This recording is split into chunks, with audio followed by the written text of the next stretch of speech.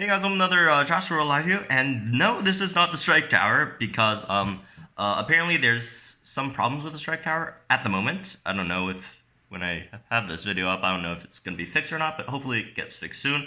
The problem is they didn't have the Strike Tower today. There's supposed to be an epic Strike Tower, but they don't have it up today, unfortunately. So, this video we will go over the featured creatures which they do have for next week, March 18th to March 24th. So, when I first saw this, it struck me really hard because this week for the epics, I went KENTRO, and we're getting KENTRO next week. Sad. Should have went Rex instead. Oh well. So, let's go over it then.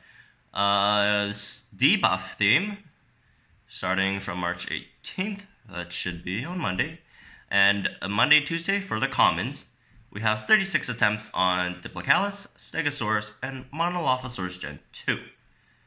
Wednesday, Thursday, we got a bunch of rares. Damn, that's a lot of rares. 30 attempts on rares. 2 days for 30 attempts. Good luck, I guess. Well, at least this time we'll have some more variety and choices of which rares we should pursue after. So we have Diplo Gen 2, Coelosuchus Gen 2, Proceratosaurus, Tujangosaurus, and Wurosaurus. So we got these 5. I mean, this is basically just a debuff week. They recycled this one. We've had this one multiple times before. It's a great week. You know, it's a solid A- week. And then Friday, Saturday, Sunday, we got 3 days for 6 attempts on epics. I don't get this. Like, what? We're getting 30 attempts on rares. Why don't we have 3 days, Wednesday, Thursday, Friday for rares, and then just Saturday and Sunday for epics? There's only 2 epics and 6 attempts on 2 epics. Like, you could do that in like 2-3 hours if you're lucky. But epics, KENTRO and Kula as usual. It's just your debuff week recycled. Did we always have the epics 3 days and Tuesdays for rares? Or is this new? I don't even know. What the heck? This is really, really weird. I would almost think this is a mistake, but I don't know. It probably is just like this. And, well, better, get to work on Wednesday and Thursday. So, let's go over some Dino options, I guess. Most of these are quite clear. Monday, Tuesday, you got Diplocalus, Stegosaurus, and Monolophosaurus Gen 2. Stegosaurus seems like the better choice here. Diplo and Mono, for multiple reasons. Diplo and Mono, they all make hybrids. Diplo makes Diplotator not the best dino in the world. There are better raptors than the Diplotator, so, it's better to use any raptor, honestly, over Diplotator. Although Diplotator might be a bit easier to create / level up than the other raptors, since, it's just Irritator Gen 2, which is global, and then Diplocalus, which is local 3 common.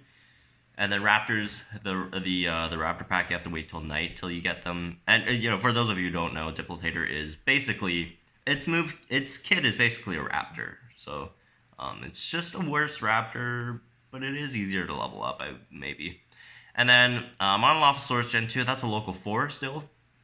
Makes Monolometrodon legendary. Not a bad legendary. Just looking at it in terms of a dino, it's not bad, but in terms of legendaries, there could be better dinos. And there are definitely better dinos that could fill its role. Trashonics is better, I think, than Monolometrodon by quite a mile, so I'd rather use Trashonics than Monolometrodon there, but you could use that as well. If you really want to run Monolometrodon, if you're in local 1, you just have an abundance of Dimetrodon Gen 2, you could go for some Mono Gen 2, that's fine. Stegosaurus seems like the clear winner here, for multiple reasons. Stegosaurus makes one of the strongest dinos in the game, Monostegotops right now, so that helps. That's obviously Stegosaurus plus Triceratops plus I almost said Monolometrodon, but Monolophosaurus, that makes you, a Monostegotops, one of the best dinos in the game. And the other thing about Stegosaurus is it's locked in parks, so it's a bit harder to get than the other two. So that would be a better choice there for the commons. But obviously, like these three commons, they're not like too valuable for the most part. But Sego um, is a step or quite a few steps beyond Diplo and Mono Gen 2. Moving on to rares. It used to be the case that there was one clear winner, but not anymore. Diplo Gen 2, Cola Gen 2, Woro Gen 2, you could ignore for the most part if you're running with hybrids. if you're playing a non-hybrid account, Cola Gen 2 and Woro are actually all pretty decent. Woro is actually really, really good for a non-hybrid, but, that aside, we're looking at Tujango and Proceratosaurus here. Tujango makes two really mediocre uniques. Tormalok and Dioraja, both really bad for the most part. And we did got a bunch of Tujango this week, since that was the only rare this week. So all your like strike towers, your incubators, and all that, they're all Tujango DNA. So we did just get a lot of Tujango DNA. But if you are going for one of those, if one of them ever gets a buff in the future, they become good again, you would have to spend a lot of Django DNA on that. So Django is always not a bad choice to go for. And I want to talk about Proceratosaurus a bit. Proceratosaurus might seem like the better choice here, although Django does make two uniques. Proceratosaurus makes Procerathomimus. Procerathomimus is one of the best items in the game, and Proceratosaurus is arena locked. So that means you can't get it outside the arena, which is going to be a bit of a problem, except for the fact that Hybrid Pursuit is a thing. So with that in mind, it could come in a few weeks. We don't actually know when it's going to come, but it could come. Like, we're having Terravexus right now, so that's what Monolophosaurus, Gallimimus. Right now it's Gallimimus. Next week's Monolophosaurus, and then we have Darwin. If they ever do Procerathomimus 2 weeks, we could very likely get Proceratosaurus in the wild. Proceratosaurus plus Ornithomimus for the weekly dino. So if that's in the future, that would help a lot also. But, Proceratosaurus makes Procerathomimus super strong dino. It's strong. I'm just going to say it like right now. As it stands, it's better than Dioraja and Tormalok. I don't think it's even close. Procerathomimus blows those two dinos out of the water. And, also another thought to keep in mind, like, not that I'm confirming or denying anything. Procerathomimus is just a legend, or it's just an epic. It could totally just get a legendary or a unique hybrid in the future. So, if you want a lot of Proceratosaurus DNA, well, there you go. Next week, 30 attempts on that.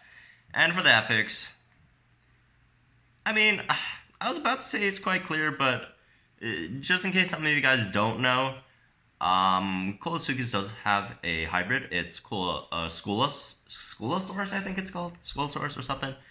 Not that great. Not the greatest dino in the world. I think a lot of people underrate it. I don't think it's as bad as many people think. I think that, the stats plus his kits actually works quite well. In its case, I don't know why people rate it so low. It doesn't make too much sense to me.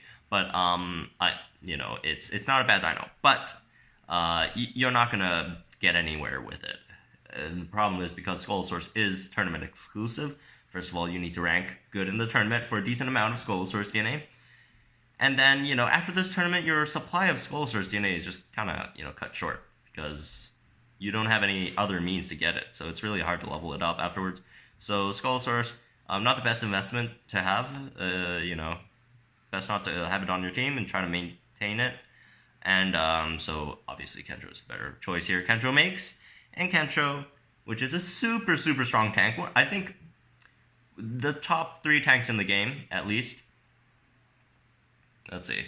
Probably. Trago, and KENTRO. Yeah, I'd say something like that. Top 3 tanks in the game. And then it also makes Trico, which is top 5 dinos in the game. Extremely strong. So I don't think there's too much of a decision here. I would, go for KENTRO on just straight out KENTRO. Sad part is I didn't know they were gonna have KENTRO next week, so I went not all KENTRO, but I used half of my attempts on KENTRO this week, so I got a bunch of KENTRO already. But it's always not bad to have more KENTRO. KENTRO's always good to have. So anyways, that's gonna be it for this video. Next week's featured creatures, a lot of good stuff. Like this is the weeks that I like not too over the top, because usually when we get super over the top weeks, we would get like some really bad weeks afterwards. I just like these, mild, really, really solid weeks that give you really nice epics or super good rares, and then, just these solid weeks that we could get on a continuous basis. Debuff week, always good to see you again. I'm almost like expecting a debuff week every patch. But nice to have this one back again, and yep, hopefully we could get good DNA on all that stuff next week. So yeah, hopefully you guys enjoy this video. Again, Strike Tower's not up yet as of this recording.